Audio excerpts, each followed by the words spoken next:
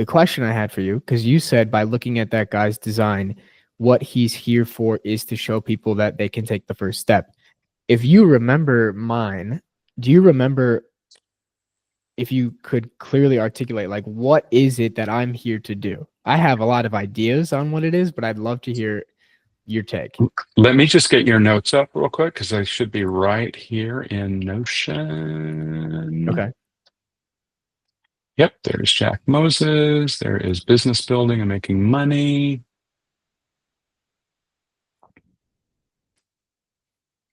So let's see. So we're talking about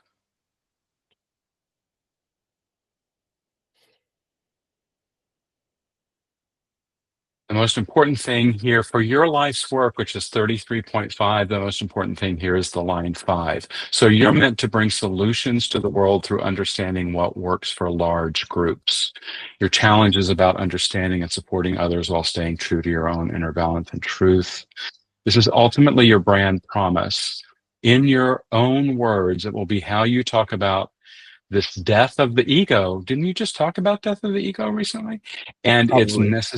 necessity and urgency for humankind. What you're bringing to the world is the power to stop questioning the divine self by sacrificing the ego's need for Mm. attachment, right? Mm. So the thing that you have to be aware of, though, is overthinking, because that's how your lower energy for the gene key 33.5 actually works to get you to forget your own divine essence. And the strength frequency of this is mindfulness, and that's about the death of the ego and having enough self-understanding to release the need to cling to memories, right? So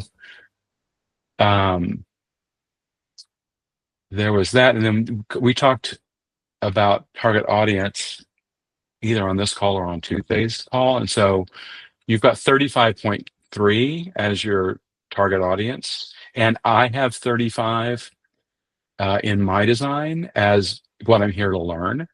So this is really interesting because I'm your perfect target audience, right? Wow. Yeah. So they're hungry for more meaning in their lives. They just want someone to give them permission to live the adventure of their heart's deepest Yeah. desires. Oh, This wow. is a person who wants someone to show them it's okay to love what they love and to do everything they can to make it happen.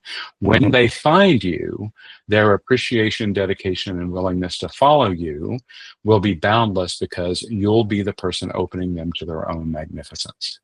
Incredible. I have two thoughts that I'd love to touch on real quick. I'll start with Yeah. the second. I have a friend here at school. He's a few years younger than me, and like he reads my stuff. We're pretty good friends, and he's known me since I was like 16, so he's kind of seen me change. But he was like the other day, he's like, "Dude, you should write a book on like helping people figure out what they want to do after college." And I'm like, "Yeah, I should, and I am."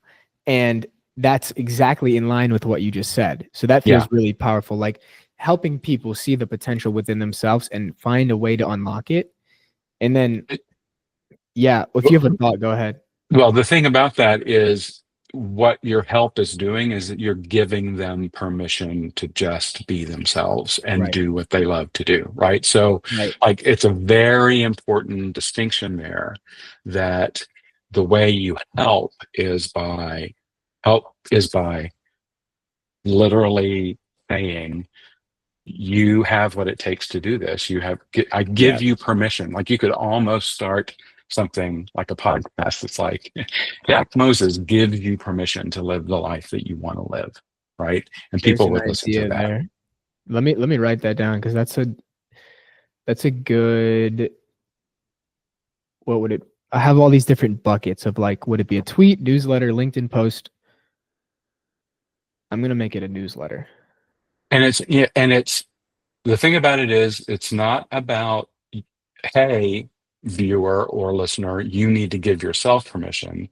It's, hey, I know you're out there, you're reading this newsletter, and part of what some of you need here is just somebody to give you permission to live your lives the way you want to and go after the thing you love. And that's one of the things I'm here to do. So let's break that down. I like it. Yeah. And the first thing you said about transcending the ego, I was very deep. The past few days I've been going very, very deep. My Scorpio energy is like really turning online in my Vedic chart. And I was listening to Aubrey Marcus's new podcast, and I see a lot of myself in him. Now, he's much older and has a lot of different experience, but the point is the podcast that he released yesterday is about his basically three-way new evolution of love relationship where he has a devotional partner, but there's a third woman in the mix. And they did a podcast together with all three of them. And I was listening very closely and tuned into my psychic abilities and like, what am I feeling from him and the whole conversation? And I was feeling from him integrity. I was feeling integrity, love, and truth. Same with everybody else in the conversation. Maybe the moderator, sometimes I felt like he was trying to like push a point or something, but with him, I felt integrity. I looked in the comments, and now I'm working for this guy, so this is interesting. Yeah. I'm looking in the comments. 100% hate comments. Hundreds of like how he's delusional, like he can't transcend his lower desires, all this crazy stuff. And I was like, holy shit, like he's being crucified, right? In some way. Like his Hmm. individual personal self is being crucified to share a message that he believes is in integrity with God. Hmm. And I Hmm. saw that, and an idea popped in my head from this video by Nero Knowledge. He's like, people are going to hate you. And I can see that happening for myself. I think I have a very good ability to make anybody like me. Yeah. We're a lot alike that way. Yeah. And it's great. And it's a superpower. But I think there, and I felt this in like different medicine journeys and different quantum work. Like, I'm going to have to really channel the warrior energy to stand up for what I believe in. Because similar to Aubrey posting that podcast, I could see myself being in a relationship like that Hmm. at some point. And then I'm going to get attacked. Yeah. But who is it that's getting attacked? It's Oh, the personal it, self that's yeah. getting crucified for the will of God. Well, and it's all the attackers are the ones who really want what Aubrey's got, which may have nothing to do with the Yeah. relationship setup. It's that he has that ability to be fully himself, whatever that is, no apologies, and in front of everybody. And that scares the fuck out of people, Yeah. right? Because it's so opposite of what we're all conditioned to, which is stay in the box, right? Mm-hmm. But I'll tell you something. Any successful, like reality television person will tell you it's the haters that pay their bills, Mm, right? So that's good. it's the when the heat comes because of posting a podcast like that, that the attention comes. And Mm-hmm. it's about it's about getting that attention and getting that engagement. And the thing not to do is to provoke it intentionally. The thing to do is what Aubrey's doing, right? Which is Buying let yourself. Yeah. exactly. And this is my truth. And it could be the truth for you, or it might not be the truth for you. But Mm-hmm. I'm called to share this. And everything. It's like we were talking about on Tuesday, and I keep signing up for, all these different things to learn all these different things. Everything is it's like a buffet. You take what you want when you want it, and you just leave the rest. Mm-hmm. But people, I mean, we're so at this point conditioned to be polarized in every area of life. Like if you're not hate, if you watch it, if you watch Aubrey's thing and you're not posting a hate thing, that means that you tacitly are supporting him, and you can't be seen as supporting that because it's, whatever. Mm-hmm. Yeah. And then even for somebody to stand up in the comments and be like, no, like I hear what he's saying. I see the Hmm. truth. Nobody was doing that. Yeah. Yeah. Well, that's because people are weak. I mean, no, I don't mean to say that. People aren't weak. We have been conditioned to be sheep, Mm, right? And to parrot what we've been taught. And that doesn't mean, that you should throw away everything you've been taught. But if your truth about this one thing is different from what you've been taught, then stand up and tell your truth, yeah. right? Don't be a Yeah. sheep. This is turning into a podcast. Like I think this would be a good 15-minute clip to put on YouTube. Yeah, I'm up. You know me, I'm always up for it. Okay. Where do we take it next? Well, no, you Mm. had you had a couple of insights from what I was saying, your audience, what you heard, death of the ego, right? Hmm. So I think that's what made you think about the Aubrey podcast, right? Hmm. And why have I never seen your tattoos before? It's a hit inside of me. It's so weird though. I mean, they're great. Thank The you. tattoos aren't weird, but it's just so weird that we've been on all these calls and maybe you always are wearing a hoodie or something. And People are usually surprised. oh, I'm not surprised at all, given your last like 2 years, 3 years. Yeah. I've actually had some internal debates around them. Like, do I really want this on my arm? Yeah, Because I got it kind of in a spontaneous way. Like, ooh, I found out about Kundalini energy and the chakras and I like it yeah, and it looks cool. But then I was like, ooh, do I really want a snake on my arm? And then I was like, fuck, I might get it removed. And then I've kind of come full circle to I still love the piece of art. A snake does not necessarily have to mean anything bad either. right, right. I In mean, especially if you understand the Kundalini energy part of it. right. And I learned about something from an astrologer named Patricia Sun. Hmm. In Chinese astrology, I'm a metal snake. So people born in 1941 and 2001, those are the only 2 years, are metal snakes. And metal snakes are like super psychic, super intuitive, strong willed, can transform very fast. And that has given it even a new meaning. Yeah. So it's cool that it evolves, but I do want to get some more tattoos. It's funny you bring that up because I wrote down I want to get a tattoo. Let me see what I wrote down on my wrist, like where a watch would be. Hmm. Look at I pull up my notes and I'm in the document. How about that? Tattoo ideas. That says live in the end. Hmm. Kind of a Neville Goddard type of aphorism. And that has been so powerful for me. And last night, and this ties into everything we're doing, It does. is I was hanging out with a guy in my apartment and super crazy synchronous meeting that we live 2 doors down from each other. He's a mental performance coach to high level athletes and entrepreneurs within a company in Chicago. And his mentor is a 75-year-old guy that has worked with Hall of Famers. He has like tons of clients across all industries, really, too. And he told me yesterday, this guy, he doesn't advertise it, but how he helps his clients, he astrally projects and travels to their location during their game to tap into their energy. And I was like, this fucking crazy. So that was one thing.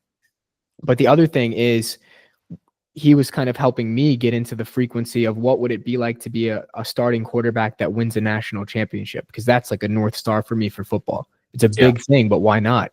And he's Yeah. like, you have to live as that guy now. You have to Yeah. go to bed as that guy. You have to wake up as that guy. You have to brush your teeth as that guy. And it's the same thing with manifestation. Live in the end.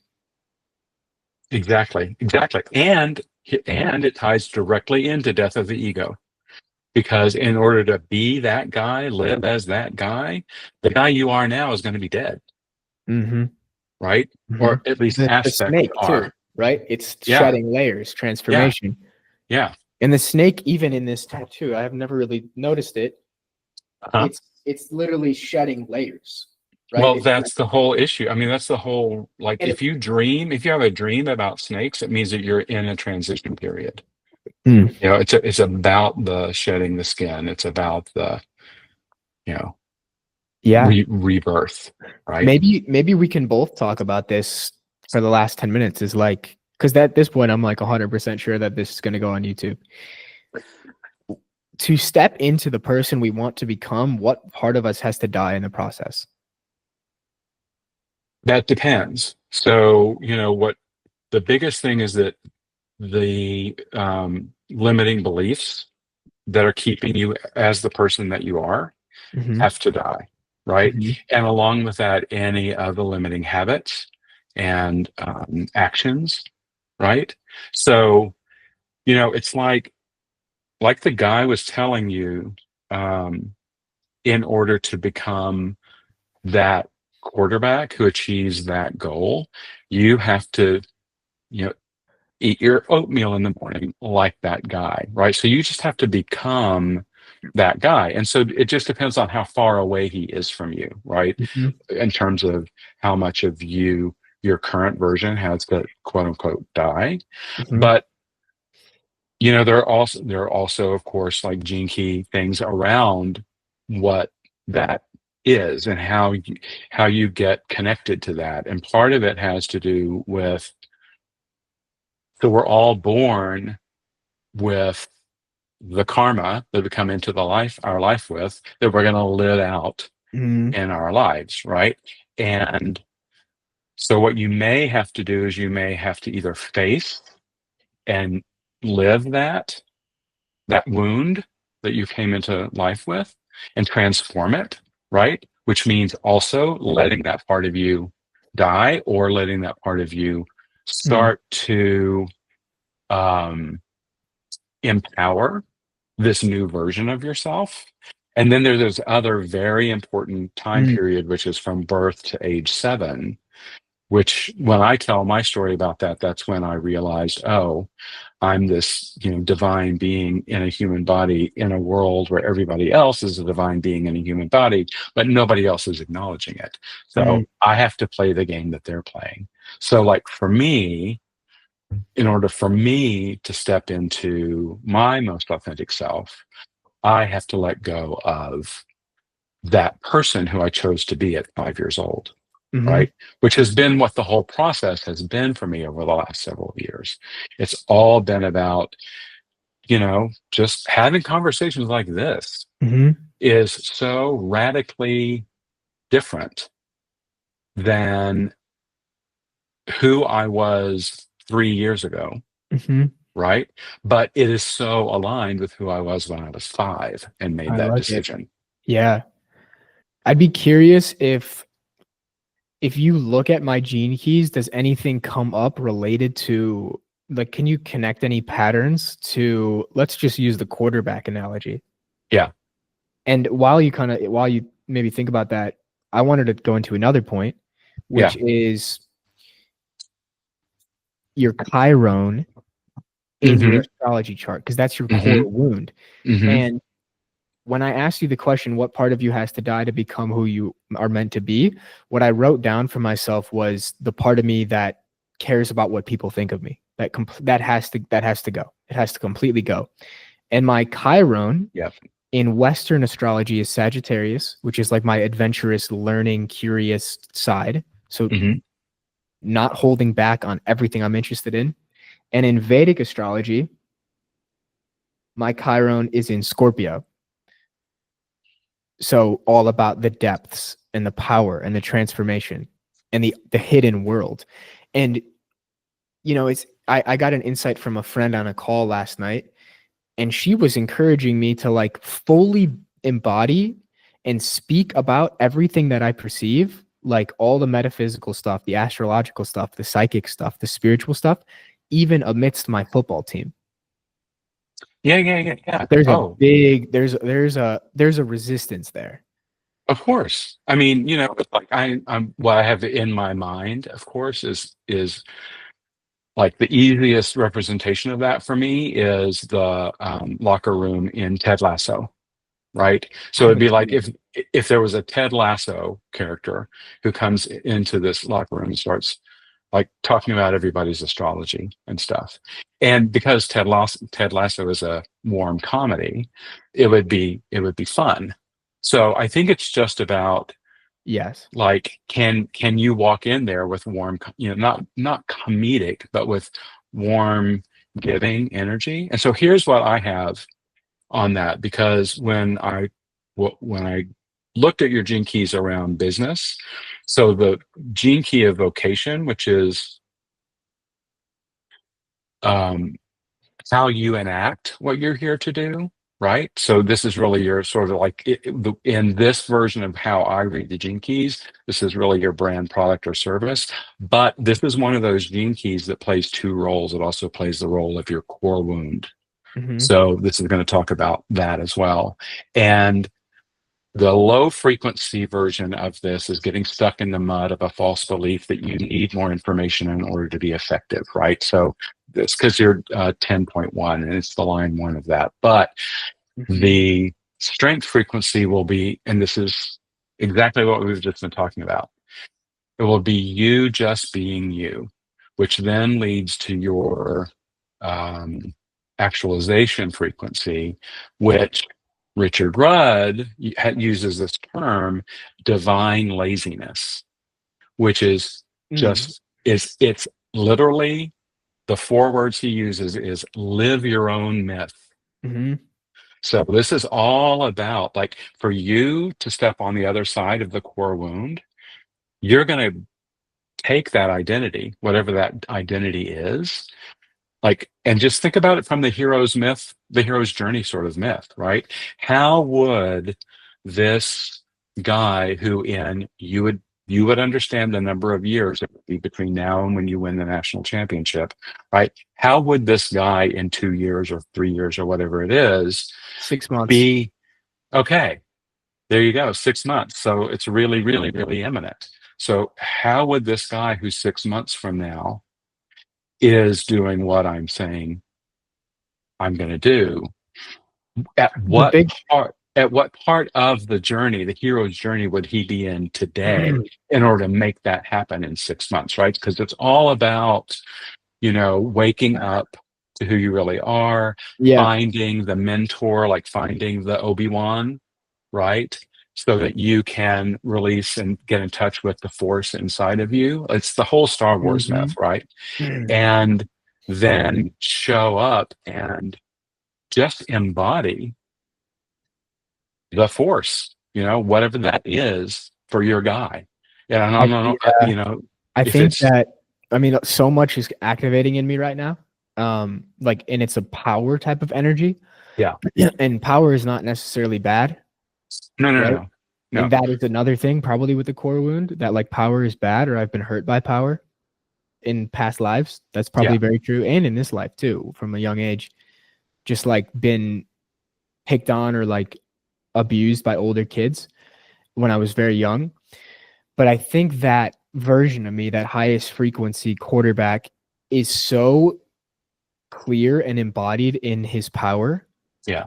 and that's okay. I think there's almost like a fear of being powerful in myself, like because Mm, I know if I sit with presence and I look into somebody's eyes, it's pretty fucking intense. Because my mm-hmm, my rising in Vedic is Scorpio as mm-hmm, well, mm-hmm. and so there's almost like a apprehension to like bringing that intensity to somebody who might not be ready for it. Yeah. Oh, absolutely. Because here's what that does, though. Let me explain. Are you familiar with the concept of perturbation? I have to say it like that, or No, people what will is it hear it. called? Perturbation. So, Perturbation. like being perturbed, right? Okay, like So, disturb. yeah, yeah. Only perturbed means like stirred up, right? Okay, yeah. And so there's a Nobel winning scientist who developed this theory of perturbation. And what that means is anytime any organism or system has more energy flowing into it than it has the capacity to deal with, that causes that stirring up. Right. So, what I was seeing when you were talking about that is if you show up with your power in your team, that's going to be more energy coming from you than your team is going to know what to do with. And so Hmm. part of the concern there. But this happens all the time in organisms and in systems. It's how systems and organisms grow, because you have to have more energy coming into the system, meaning not what's expected. Like when you show up the way you think your team expects you to show up, you're not causing extra energy to flow into the team. But if you show up as that power guy that you're talking about now, that's going to make more energy flow into the team. And what will happen is the team, the energetics of your team will have to reorganize and shift and have greater capacity to support what it is that you're doing. Because this is not just about you being the powerful quarterback. When you bring that power to your team, you are empowering them Mm-hmm. to shift up, Mm-hmm. right? Mm-hmm. Because this is an entire energetic field that's the men who are on the field on your team versus the energetic field of the other team, and you're leading that field. And I just keep I seeing like this to think about image. that. Yeah, that's I like to exactly think what it about the is. teams playing against each other are just energy fields. Yeah, they're two different energetic fields, I right? love that. And so they're going to rise to they have two options.